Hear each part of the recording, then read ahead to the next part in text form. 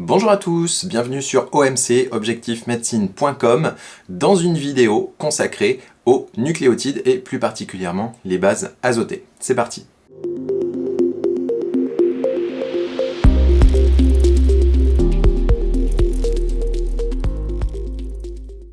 Alors dans cette vidéo, on s'intéressera surtout aux nucléotides qui constituent l'ADN. On verra que les nucléotides ont aussi d'autres fonctions, mais on reste dans le cadre ici des acides nucléiques en biologie moléculaire. Alors, qu'est-ce qu'un nucléotide? Un nucléotide, c'est l'association d'une base, d'un sucre et d'un phosphate. On va commencer tout de suite par les bases azotées. Les bases azotées, on en a deux types. Les pyrimidines, avec le noyau pyrimidine, ou bien les purines, ici, avec un noyau pyrimidine, auquel est accolé un noyau imidazole. On va commencer par les pyrimidines. Alors, quand on parle de pyrimidine, on parle aussi de bases pyrimidiques, puisqu'il s'agit de bases azotées. Ce sont des bases azotées parce qu'elles contiennent de l'azote, et on va tout de suite voir quelles sont ces bases azotées pyrimidiques. Alors, on distingue la cytosine, l'uracile, la thymine. Alors, la cytosine, elle, se distingue par son groupement amine, ici, NH2. La thymine, elle, se distingue par son groupement méthyle, CH3. L'uracile n'a ni groupement amine, ni groupement méthyle. On retrouve tout simplement deux fonctions cétones, une ici et une à cet endroit. Il faut savoir que les atomes qui constituent le cycle pyrimidique sont numérotés. Comment est-ce qu'ils sont numérotés? On voit ça tout de suite. Ici, on retrouve le cycle pyrimidique. On distingue deux azotes dans ce cycle pyrimidique séparés par un carbone. Il faut rappeler ici que les atomes qui ne sont pas représentés, ce sont des carbones. Donc on en a un ici et un là. Alors, la numérotation se fait dans le sens qui suit. On prend ici le premier azote, puis l'azote numéro 3. C'est ce qui permet d'orienter la molécule. L'azote numéro 1 engage une double liaison, ici, avec le carbone qui fait la jonction avec l'azote numéro 3. Donc, si la molécule est représentée par sa symétrie, on a ici le premier azote qui est noté, engagé dans sa double liaison avec le carbone, qui lui-même est en lien avec l'azote numéro 3. Et voilà. Et systématiquement, on est capable d'orienter les 6 atomes du cycle, le premier étant un azote, le deuxième un carbone, le troisième un azote, le quatrième un carbone, le cinquième un carbone, le sixième un carbone. Ici, on fonctionne dans le sens anti-horaire, mais si la molécule est présentée avec sa version symétrique ici, on aura une numérotation dans le sens horaire cette fois. Voilà. Attention, les pièges au QCM sont assez fréquents. On peut avoir des énoncés avec soit la forme de gauche, soit la forme de droite. Et dans ce cas, il faudra toujours vérifier où se situe l'azote numéro 1 et l'azote numéro 3 pour orienter correctement notre molécule. Alors si on revient sur la cytosine, l'uracile et la thymine, qui sont toutes les trois respectivement ici, eh bien le premier azote, c'est celui qui est représenté ici en bas. L'azote numéro 3, c'est celui qui est représenté ici sur la partie droite, en haut à droite. Donc on a la même chose pour l'uracile, on retrouve à chaque fois les azotes en position 1 et position 3. Attention, le carbone, lui, ici, est engagé dans une fonction cétone. À chaque fois, le carbone ici est engagé dans une fonction cétone. Vous constatez qu'il y a la présence de double liaison. Ici, voilà. On retrouve ici aussi une double liaison. On voit deux doubles liaisons dans la cytosine. On n'en voit qu'une seule pour l'uracile et pour la thymine. Ces noyaux pyrimidiques ont des doubles liaisons qui sont des doubles liaisons conjuguées. Et c'est grâce à elles que l'ADN absorbe facilement à 260 nanomètres, ce qui permet de le révéler quand on fait une étude au spectrophotomètre ou bien éventuellement de mesurer même la quantité d'ADN qui est présente dans la cuve qu'on passe au spectrophotomètre. Au pH physiologique, les trois formes qui sont ici sont prépondérantes. c'est-à-dire que ce sont elles qu'on retrouve majoritairement. Mais il existe des formes qu'on appelle tautomères avec un équilibre tautomérique. Elles sont soumises à cet équilibre. Ce qui caractérise cet équilibre, c'est la transposition au sein de la molécule d'un atome ou bien des doubles liaisons. Le composé chimique, lui, se transforme en un autre isomère ici. C'est cet équilibre dynamique qui est responsable de l'apparition d'un isomère ou d'un autre. La forme qui est ici à gauche est la forme majoritaire. La forme qui est à droite est la forme minoritaire. On a un rapport ici qui est de 10 puissance 4 pour 1. Donc on a 10 000 fois plus cette forme de gauche que la forme de droite. Voilà. On dit qu'elle est prépondérante, cette forme de gauche. L'émigration des atomes vont entraîner une réorganisation des électrons et donc un déplacement des doubles liaisons. Ici, qui est concerné? Eh bien, c'est l'atome qui est juste là, ici, qui est responsable de la fonction cétone, qui peut capter un hydrogène, et cet hydrogène, en se déplaçant, ici, va donner une fonction hydroxyle, et la double liaison qui est ici est apparue, étant donné que l'azote, si ici on représente sa valence, est trivalent, il peut former 3 liaisons. Donc il en forme une avec le carbone, et il en engage 2 ici, avec le carbone numéro 4, qui est là. On a également l'atome d'hydrogène sur l'azote ici qui est tout en bas de la molécule, donc le premier azote du cycle, qui lui peut se fixer sur la fonction cétone juste à côté et la transformer ici avec un groupement hydroxyle. On aura donc la perte de la double liaison à cet endroit, mais l'apparition d'une double liaison ici dans le cycle. C'est la même chose qu'on observe avec la perte de la double liaison de la fonction cétone lorsqu'on obtient ici un groupement hydroxyle avec ici une simple liaison. Voilà, on a donc un équilibre dynamique dans les cellules entre une forme ou l'autre, tout en sachant que la forme prépondérante ici est largement prépondérante puisque 10 000 fois plus présente. Là encore, il faudra faire très attention au QCM. Chacune des deux formes peut apparaître. Il faut donc apprendre toutes les formes de tautomérie, de toutes les bases, savoir les refaire et savoir les identifier. Donc là, c'est très important pour vous de vous constituer des fiches de ces formes tautomériques et de les réviser systématiquement. Alors faites très attention, retenir des molécules est quelque chose d'assez compliqué, on a tendance à les oublier très rapidement. Si vous ne les revoyez pas dans les 48 heures, vous les oubliez. Même 24 heures en général suffit pour oublier les bases azotées quand on les a appris. Donc il faudra faire des fiches pour tout ce qui s'oublie très rapidement et réviser, revoir ces fiches en fait la veille des épreuves. On n'a pas le choix pour être sûr et certain de ses connaissances. Il faut vraiment miser sur la rétention de l'information au détail près. Et comme ça, ce sont des détails isolés. C'est des détails qui peuvent s'oublier très rapidement. Alors, une petite remarque. Dans cet équilibre, on alterne entre une forme cétone et une forme énol. La forme cétone, elle est présente avec l'oxygène doublement lié à un carbone. La forme énol, elle, apparaît avec une double liaison, ici, d'où le suffixe N, et le suffixe ol qui indique, lui, la présence d'une fonction alcool. Je reviens sur la molécule. Ici, on a une fonction cétone.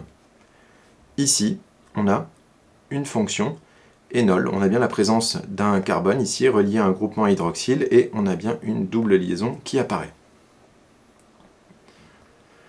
Alors, elles portent des noms, ces formes pyrimidicques, avec la fonction cétone ou la fonction énol. Lorsqu'on est face à une fonction cétone, on va parler de la forme de la base lactame. Lorsqu'on est face à une forme énol, on va parler de la forme de la base lactime. Voilà. Donc, celle qui est majoritaire, c'est la fonction cétone, 10 000 fois plus présente. Donc, c'est la forme lactame qui est 10 000 fois plus présente dans les cellules. La forme lactime, ici, elle, est beaucoup moins présente. Alors, il arrive parfois que ce soit une fonction amine qui soit touchée par cet équilibre tautomérique. Si c'est une fonction amine qui est touchée, on aura soit la forme amino, NH2, soit la forme imino, NH. Ici, par exemple, dans le cas de la cytosine, on a la forme amino, qui d'ailleurs est la forme prépondérante, et la forme imino, ici, minoritaire. Dans la forme amino, on a bien la fonction NH2, qui est intacte. Mais elle peut tout à fait libérer un hydrogène ici qui va se fixer sur l'azote, ce qui va faire disparaître ici la double liaison et amener une double liaison ici avec l'atome d'azote qui aura perdu un hydrogène. Donc on se retrouve avec cette forme imino, ici, où un hydrogène s'est déplacé sur l'azote, ce qui a engendré une répartition différente des électrons et donc ici un déplacement de la double liaison électronique. Une petite remarque, non pas des moindres, ces formes peuvent entraîner des erreurs d'appariement. Par exemple, si la base est sous forme lactame ou bien imino, on n'aura pas le même comportement des ADN ou des ARN polymérases. Je m'explique.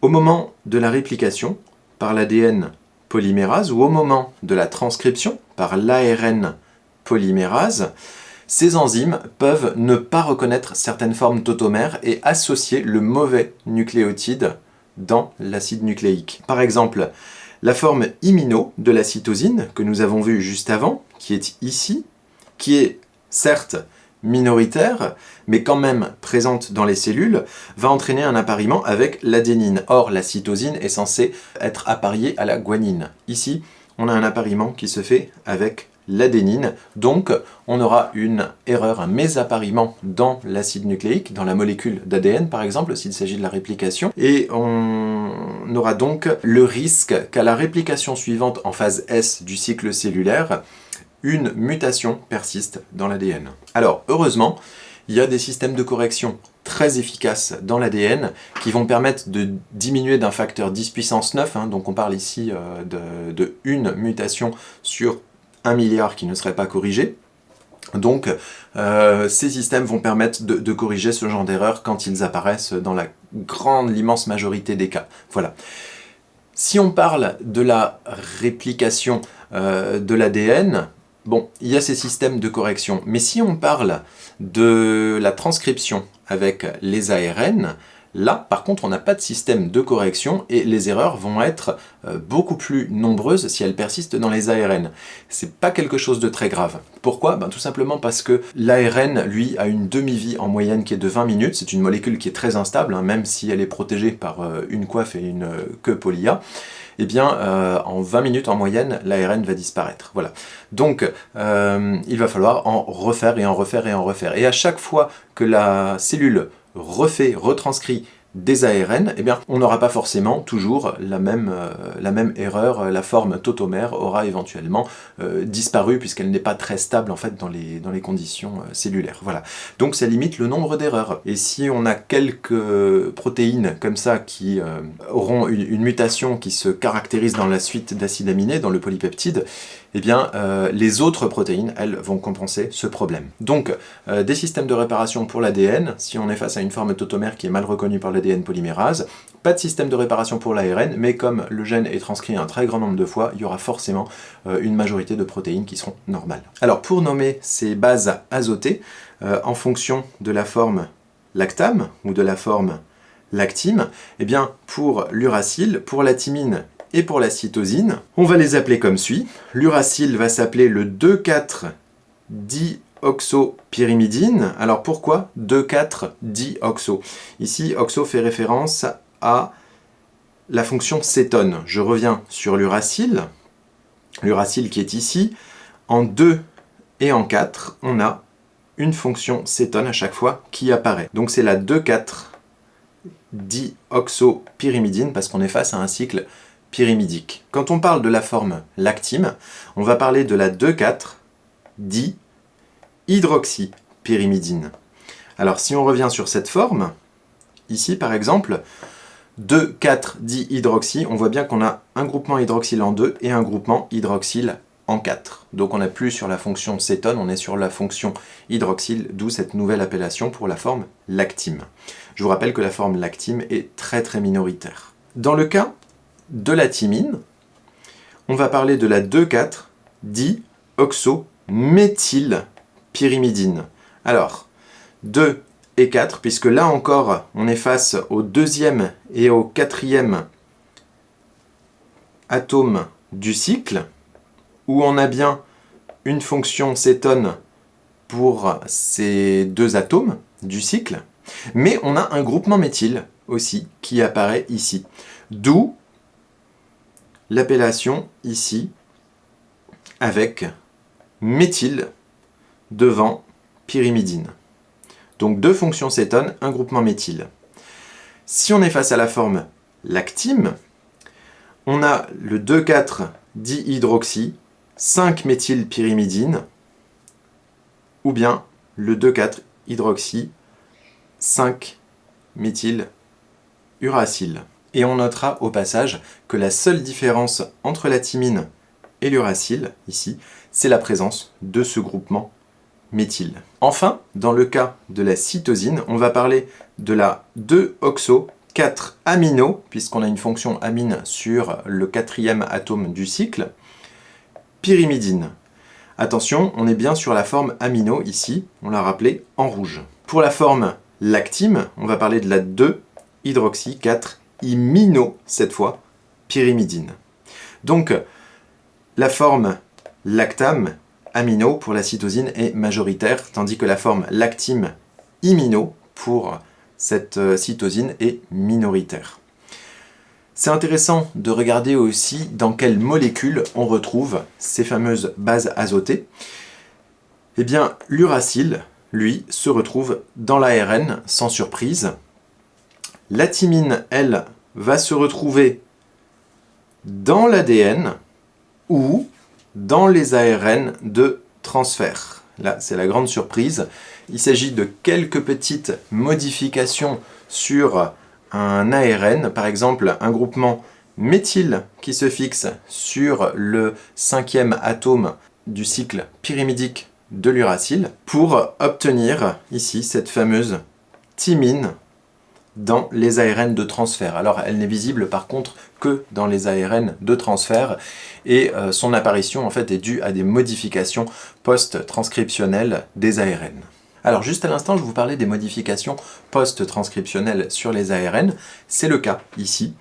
Ce sont des modifications sur l'ARN qui vont entraîner des changements de conformation des ARN assurant leur fonction. Les ARN ne sont pas complètement fonctionnels tant qu'ils n'ont pas subi ces modifications post-transcriptionnelles qui leur confèrent leur fonction. C'est le cas par exemple pour les ARN de transfert.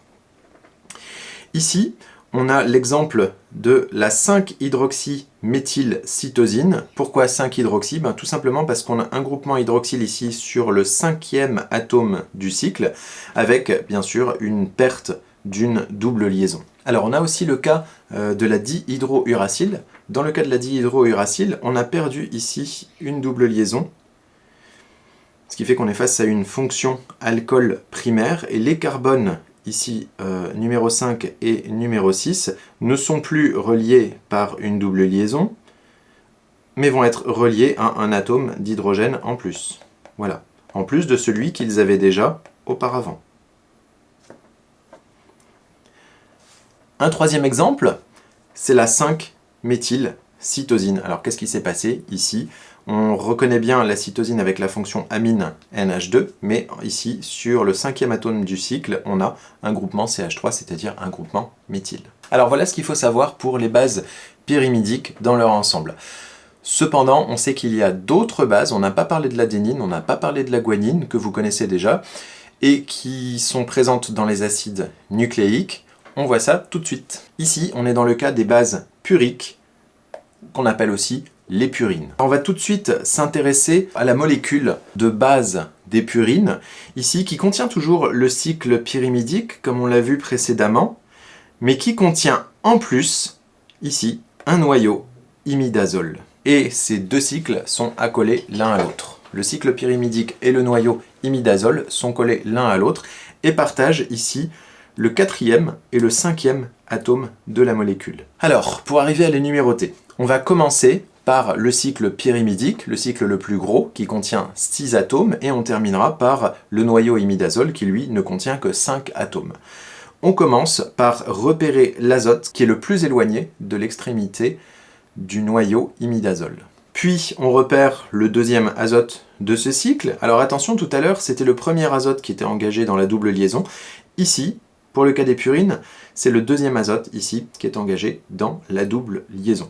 Puis, on numérote les différents atomes dans le sens ici anti-horaire, ce qui nous amène au 6e atome, qui est un atome de carbone, qui est présent ici. On continue la numérotation, mais cette fois sur le noyau imidazole. Pour ça, on va repérer l'atome du noyau imidazole qui n'a pas encore été noté, parce qu'ici on a bien noté 5, et qui est le plus proche du carbone 6, ici, du cycle pyrimidique. On numérote 7, 8 et 9, les 3 derniers atomes qui nous manquaient pour terminer la numérotation de cette molécule.